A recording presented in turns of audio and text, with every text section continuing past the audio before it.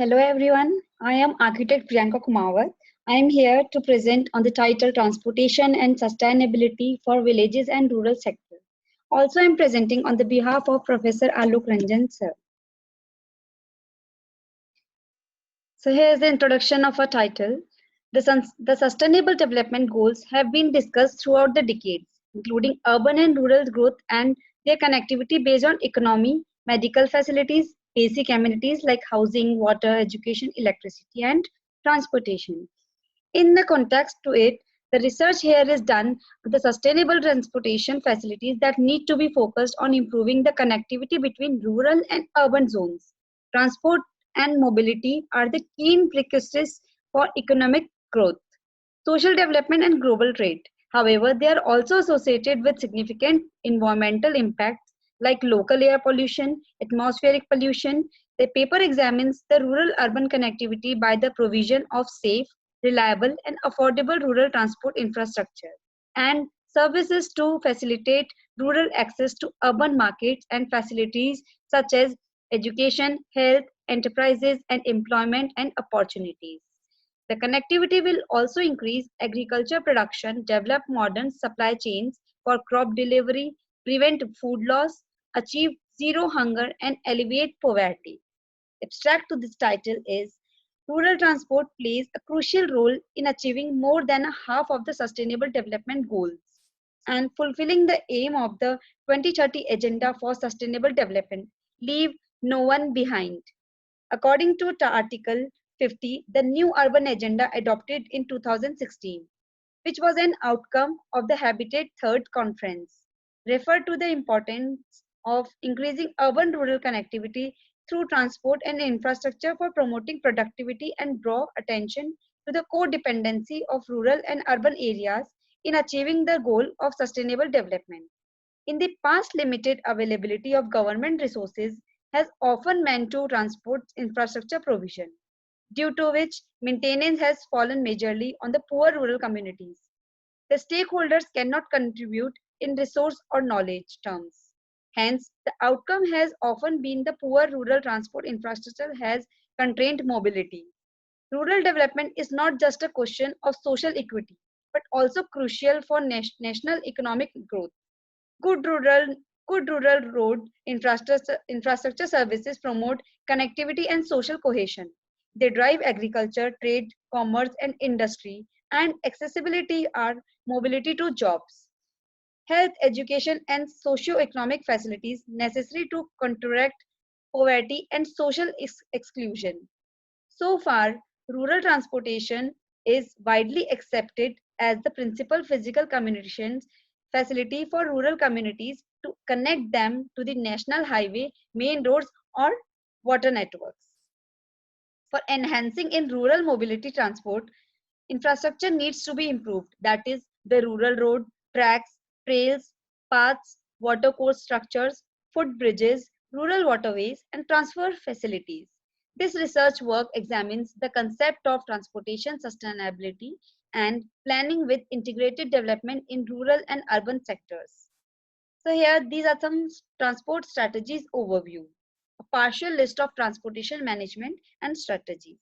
Vehicle fuel technology changes, road vehicle operation improvements, and model substitution.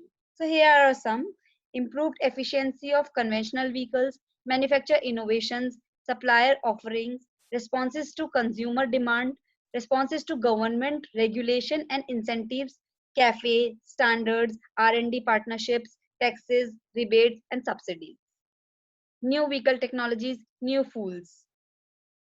The table above shows the following strategies that can bring the sustainable management of transportation. It will look familiar to most transportation professionals.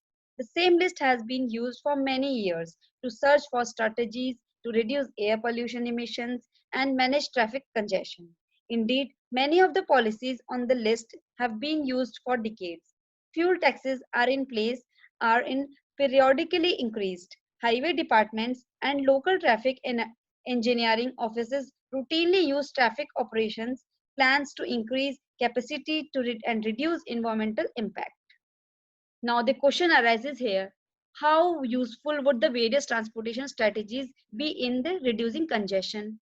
lowering pollutant and greenhouse gas emissions, cutting fuel use, and otherwise reducing the adverse impact of current transportation system. In a report 1997, the Transportation Research Board investigated this topic focused on greenhouse gas emissions.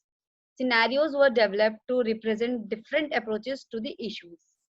First, emphasize demand management and land use planning.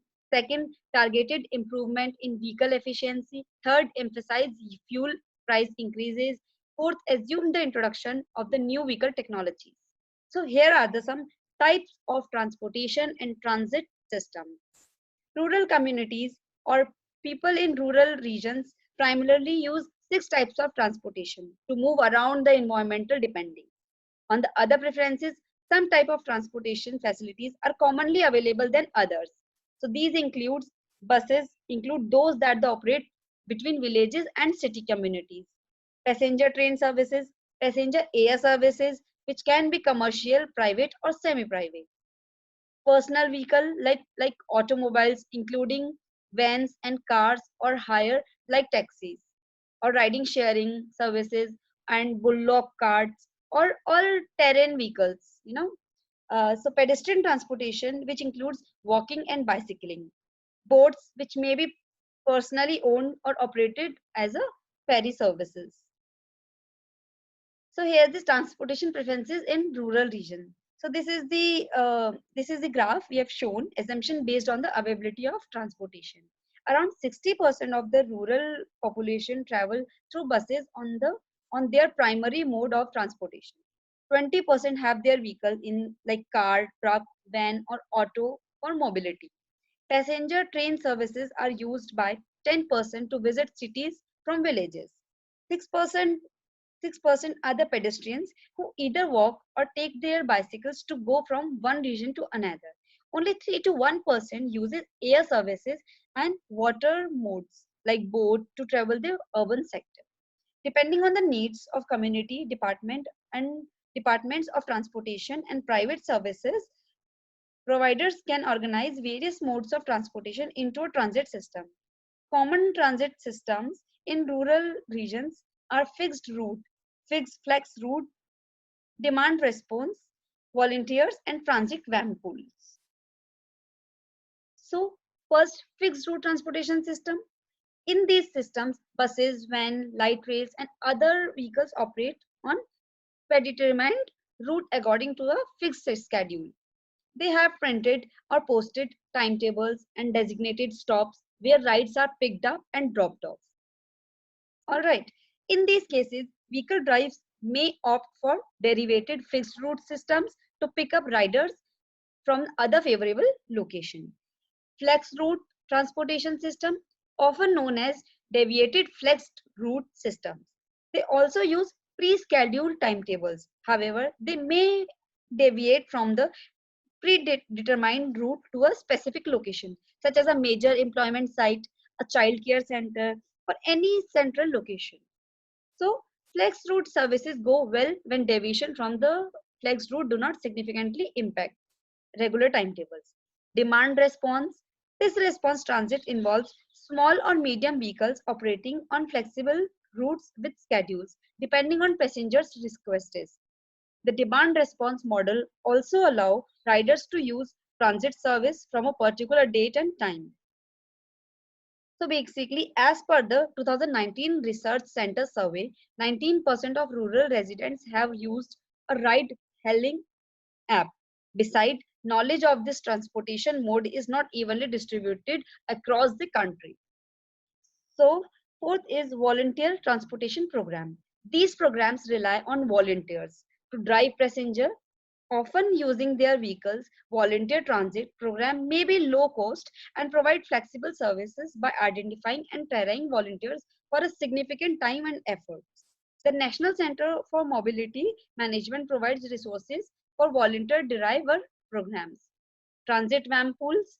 Van pools use large vans similar to cars that can typically carry between 5 to 15 passengers.